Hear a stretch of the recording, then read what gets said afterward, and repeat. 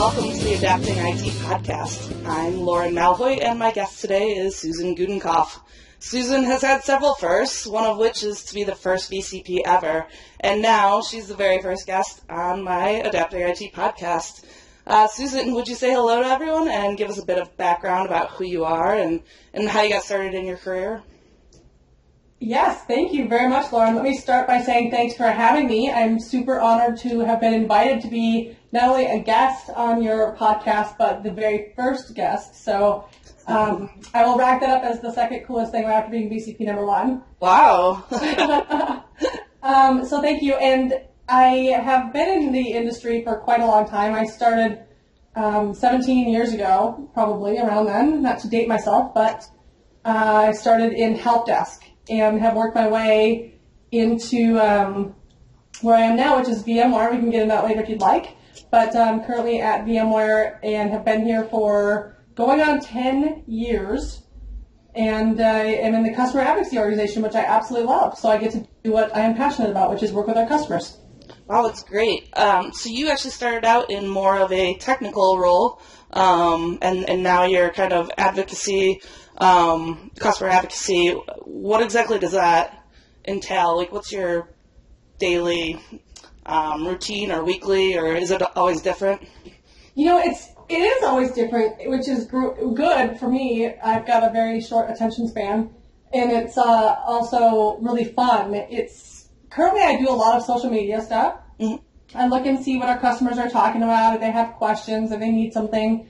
I don't use any formal VMware handles for anything. I just do it out of my own personal handle, and I work with the social media folks at VMware to make sure that customers are getting the attention they need. And I bring that information back to VMware to try and help the business make it easier for our customers to work with us, which is, it seems like it should be easy, but it's not. And that's where I come in. So do you have a product focus or several products, or just kind of all around VMware oriented? Right. It's all around VMware oriented. It's a global focus. You know, I don't have a geographical limitation, so I work with customers all over the world.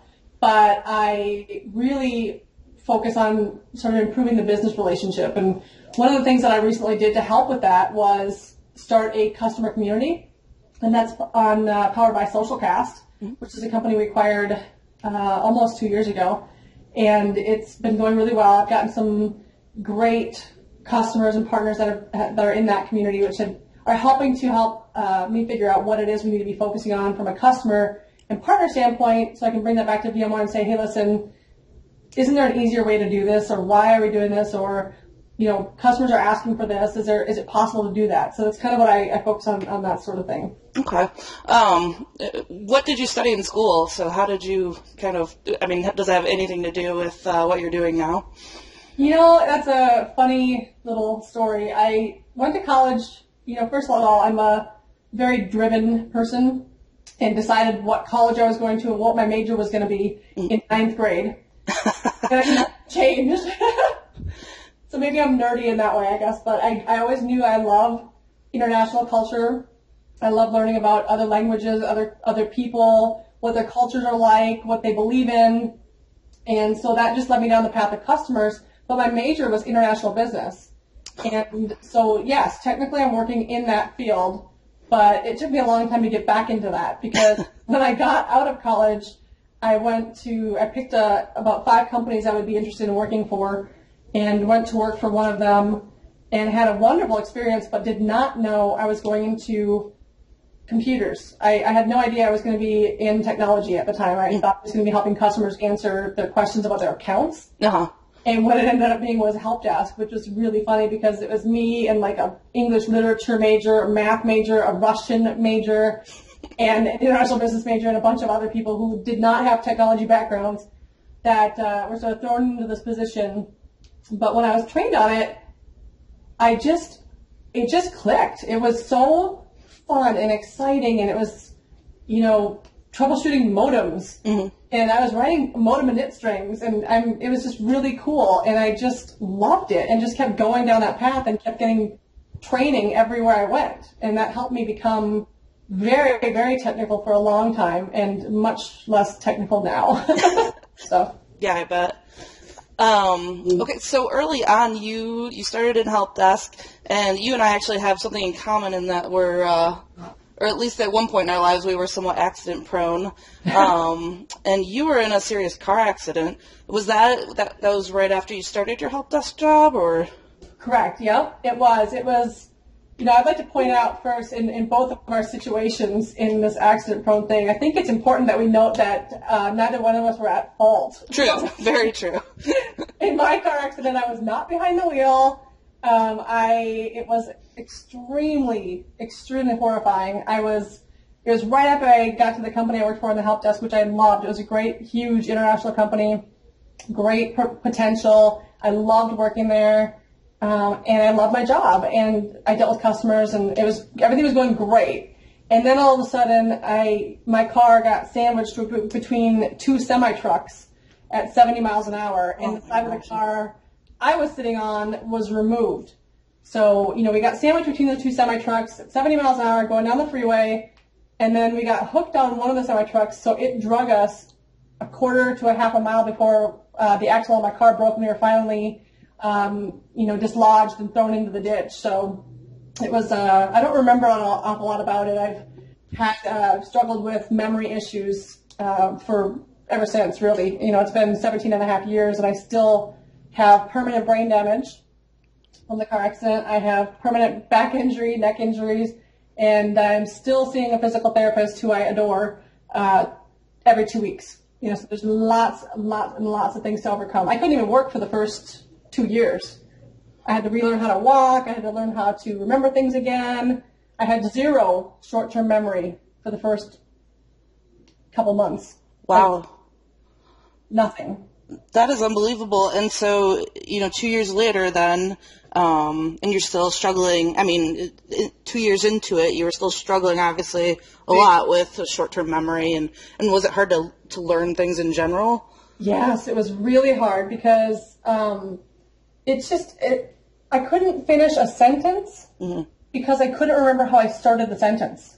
Wow. Short term, and I didn't even know I had a problem because I didn't remember that I was having a problem. Right. That seems funny, but I didn't know until somebody pointed out to me that I had asked them the same exact question 3 times in a row. I didn't know. So did you get right back into a technical role, or how did you overcome that? How did you, get to be where you are now? It has a lot to do with my personality. I really don't like it when people tell me I can't do something. Mm-hmm. In fact, that's probably the strongest motivator for me to actually go out and try and do it. So all of my doctors, I had, I would say 15 doctors I was working with, and they were at the Mayo Clinic and brain injury specialists and neurologists and every kind of doctor you can think of I had. And then they were saying, you can try and go back to work. So I kept trying to go back to work, but I've had a migraine headache every second of every day for 17 and a half years. Oh my gosh. How do you even deal with that? Well, I went through a training to learn how to do biofeedback, which is really cool. So I'm not a big proponent of taking medication. Mm-hmm. In fact, I really fight it if I can help it, unless things get just really desperate. But I try to use biofeedback, which is, in layman's terms, sort of mind over matter. Okay. But, so I went through training on that. I went through a couple of years of occupational therapy, still physical therapy for 17 and a half years. But my doctors basically said, we don't know if you're ever going to be able to work again. I would work 2 hours, and I'd be vomiting because my migraines got so bad under the fluorescent lights. Right, you had a real migraine, not like people that get headaches and call them migraines. So I was diagnosed professionally by a neurologist at the Mayo Clinic, and it's still... And migraine doesn't have to be pain. Mine is, but there's a million different symptoms. But, yeah, so they kept telling me, maybe you shouldn't work. And I just don't know how to not work. It's not really in my DNA to just lay around. You seem pretty lazy, just for... Yeah, I know. I don't really do anything. I just sit around eating bonbons all day. Yeah, so I just kept pushing back. And the turning point for me was I was able to start working. I finally got up to the point where I could work 4 hours a day. Oh. That was a really big turning point for me. And then I just went and I took this class. Again, dating myself, but I went to take the certified network administrator class for Novell, and against all of the wishes of everybody that I knew except my family, who told me that they would support me no matter what I wanted to do, regardless of anybody else. My parents are the most amazing people I know. And they support me through everything. And all the doctors said don't do it. My lawyer said don't do it. And I did it. Anyway. You'd think they would have caught on saying not to do it. So I took it, and then they said, well, just don't take the test. You're really going to be frustrated when you don't pass it because you can't remember anything. And so I kept trying to teach myself how to remember everything. And I was drawing cheat sheets over and over and over again. And I passed on my first try, I'd like to note, to get my CNA certification. And, and then I just, got a different job after that. And because what happened was I actually had to leave the company I was at because, and technically I think I'm still on a leave of absence. But I don't think they're looking for me after 17 years. Right. But, so I went to another company and did Microsoft consulting for a long time, but they wanted me to have my MCSE, so I went and got my MCSE and passed those exams and got all that, and then I went to IBM and became a clustering expert for the 5-state region and did lots of hardware troubleshooting and the network setup, and it just really, really cool stuff, but everywhere I went, they just trained me on stuff, and I just sort of became a little sponge. So while you were taking tests and certification tests and studying for them, I mean, obviously it was probably a little bit harder for you, and maybe still would be. Do you have any tricks for people that, may have trouble taking tests or just, people in general who have to take certifications? Yeah, it's funny. I don't have to take very many exams anymore, but I did have to take a certification exam 3 weeks ago. Oh, yeah. What was that in? It was a Net Promoter certificate, so Net Promoter exam, and it's for NPS, and it's customer service, customer experience related, so not super technical, but there are definitely formulas in there. There's math equations and things, and I was just stressed out. I was like, I don't know how to remember this. What's the handicap for somebody with a brain injury to take an exam? Right. But I took the exam, and all I do whenever I get into a situation like that, which seems like it happens more than not, is I take notes vigorously. Write things down. I use, one of the tricks I use is if you ever see me in a meeting, I always have multiple colors of pens. And I use those pens to sort of highlight things that are important. And I use mnemonic devices to remember things. So I come up with a little trick on how to remember it or things like that. But I'm still horrible with names, and I can't remember everything. But I try and write down as much as I can, and then I take that and then I write it into smaller things and condense it more and more and more, and just say it out loud and keep repeating it over and over and over out loud. I'm horrible with names and faces too, and I have been hit in the head quite a few times, but no diagnosed brain injuries, so, I understand that. I don't recommend it. I have a feeling that I have more in common with a bunch of NFL and NHL players than I do. Right. Very true. Have you ever heard of a memory palace, setting up a memory palace? I have not. It's, I actually did this. I just had to take 7 or 8 Cisco certification tests. Oh my gosh.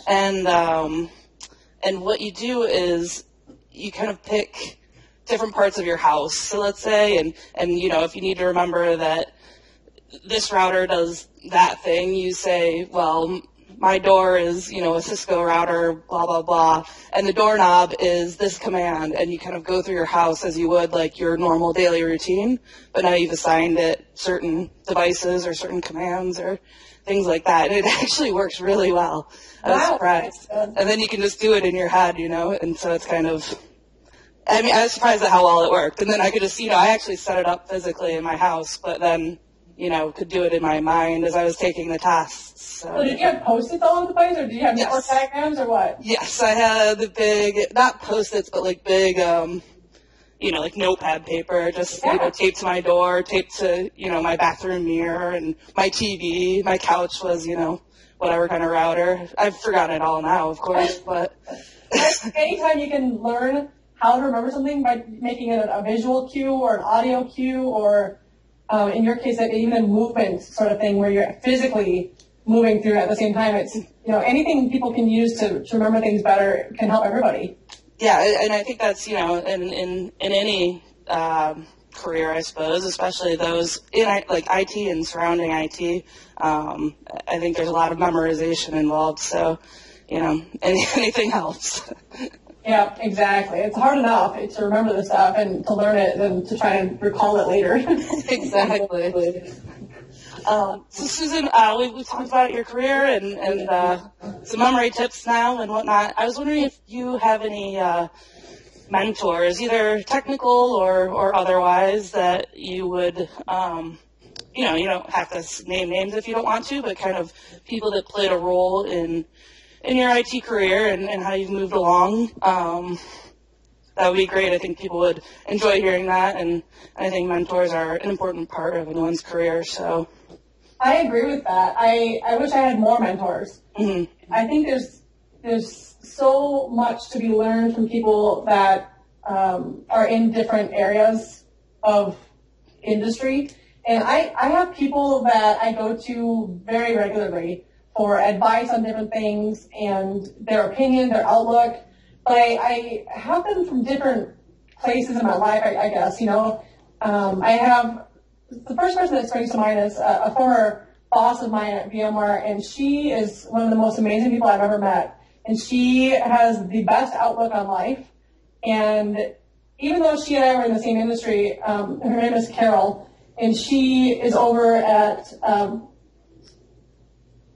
Coinstar, Redbox Coinstar, and she is the CTO over there now. And she's just not only does she bring the understanding of what customers need, but she also works in an incredibly ethical way that she just shares integrity with everything that she does, and she sort of leads me down the path of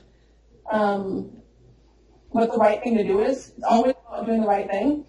And it's not like I didn't know that, but sometimes it can be a little bit vague. And I don't even know, she probably doesn't even know that I consider her a mentor, but I do go to her. She's right here.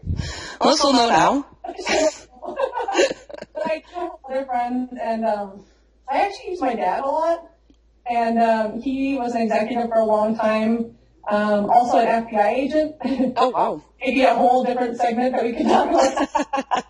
I caught up in that realm was not fun for a rebellious young lady. I can't imagine it was. For adults, and I've calmed down a little bit. It's a very supportive relationship, and he's been absolutely wonderful to give me advice about things from an executive perspective. Mm-hmm. I also have just tons of friends that are in various positions. I think that for me personally, it doesn't have to be a title of somebody. They don't have to be an executive. They don't have to be a director. They don't have to be a mentor. Can be anybody. It can be anybody that you maybe can get different insight from, that has a different outlook on things, which I prefer talking to people that don't look at things the same way as I do. Mm. It brings me a whole level of perspective that I didn't have otherwise. So I think whenever you can find a mentor, I think everybody should have a mentor, and everybody should be a mentor.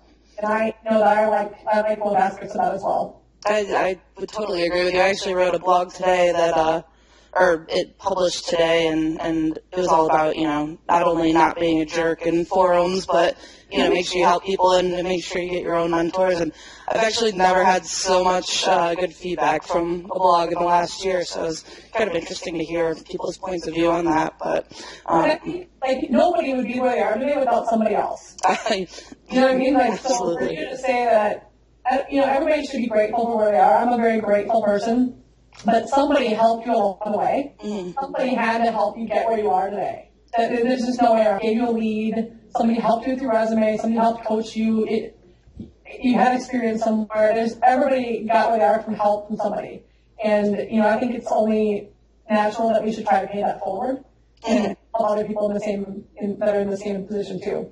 So speaking of helping people and paying it forward, do you have any advice both on, you're probably one of few guests that has really gotten, technical, like in a deep technical role and also in a non-technical role. So any advice you have for people out there trying to be in a technical role or trying to be in, a managerial or media as they're, maybe younger people or people switching jobs?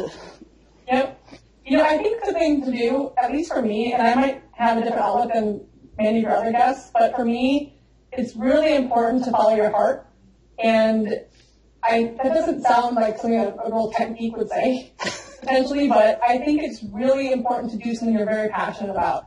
Because when you're passionate about something, it just does not become work. It becomes something you like to do. And that's why I work with our customers, because I live and breathe with them. I love our customers. I love meeting them at VMworld. I love going to things and seeing customers and talking with them. I really feel like if you can get the passion there, that the job will just come and it becomes easy. And if you are interested in being in technology and being technical, especially as a woman, it's such a small percentage of people that are truly technical that are female. Mm-hmm. Anytime if you show interest in that, go after it, because it's such a wonderful place to be. It's very hard and challenging, but you just feel like you earn the right to be there, and you just know so much more, and it's just, I've had nothing but just really, overall, there's always ups and downs, but, overall it's just a wonderful experience, and it's good to be technical, and the people that are technical are some of the coolest people on the planet. They're just super fun. When we were at SEs, when there's a bunch of us SEs together at VMware, we used to get together and play poker together. Play poker, and it was just super fun. And in the middle of poker, we're talking about network diagrams and packets, losing packets, and storage design, and it just becomes part of who you are. And I highly encourage anybody to go into the field of technology. It's just, everything relies on it. It's so powerful, and you can do so many things within it. That's great advice, and being a woman in IT, and I don't, this podcast isn't meant to, just say women are great and you should, it's not about empowerment or anything. It's just about, people's experiences with their own careers and things like that. But it is interesting to be a woman in IT, and I've never really had a bad experience, but I also think that maybe I probably get noticed a little more because I am a woman, which is sometimes good, Not that I haven't earned my spot where I am now, but it is kind of, it's not a bad thing really to have something that's noticeable about you. Right. People have a tendency to remember that, especially if you know what you're talking about. Right. If you're an idiot, then it may not work out so well. So hopefully I'm not calling myself out on that. But, well, Susan, I know you have to get to another meeting soon. If you don't mind, will you shamelessly plug yourself? If you want to, your Twitter handle or anywhere you might blog or websites people should check out? I don't blog. I think I might be the only person on the planet that doesn't blog. In fact, I think that's cool. I think blogging is a great idea, especially for those of you guys that are still super smart and technical. I have 2 little kids, so I barely find enough time to, read a book. Right. A year, and I'm still reading the Steve Jobs book, and I'm still, 9 months, I'm still reading the same book. It's just, you gotta get that on Audible, just listen to it. Oh, I do. But I would love to get more followers on Twitter, and if anyone has questions, they can certainly follow me, and I'd be happy to, talk with them if they have questions about anything that we talked about. But my Twitter handle is Susan Gude, Gude, SUSAN, GUDE. So, by all means, come follow me. We'll go on a journey together. All right, well, thank you so much, Susan. It's been amazing having you as my inaugural guest, and I hope you have a great more from you soon, and talk to you again soon. I would love that, and thanks again, Lauren, for the opportunity. It's been just great talking with you. I hope everybody finds value in what you're doing. I'm looking forward to seeing it all. All right, thank you so much. Thanks, Lauren.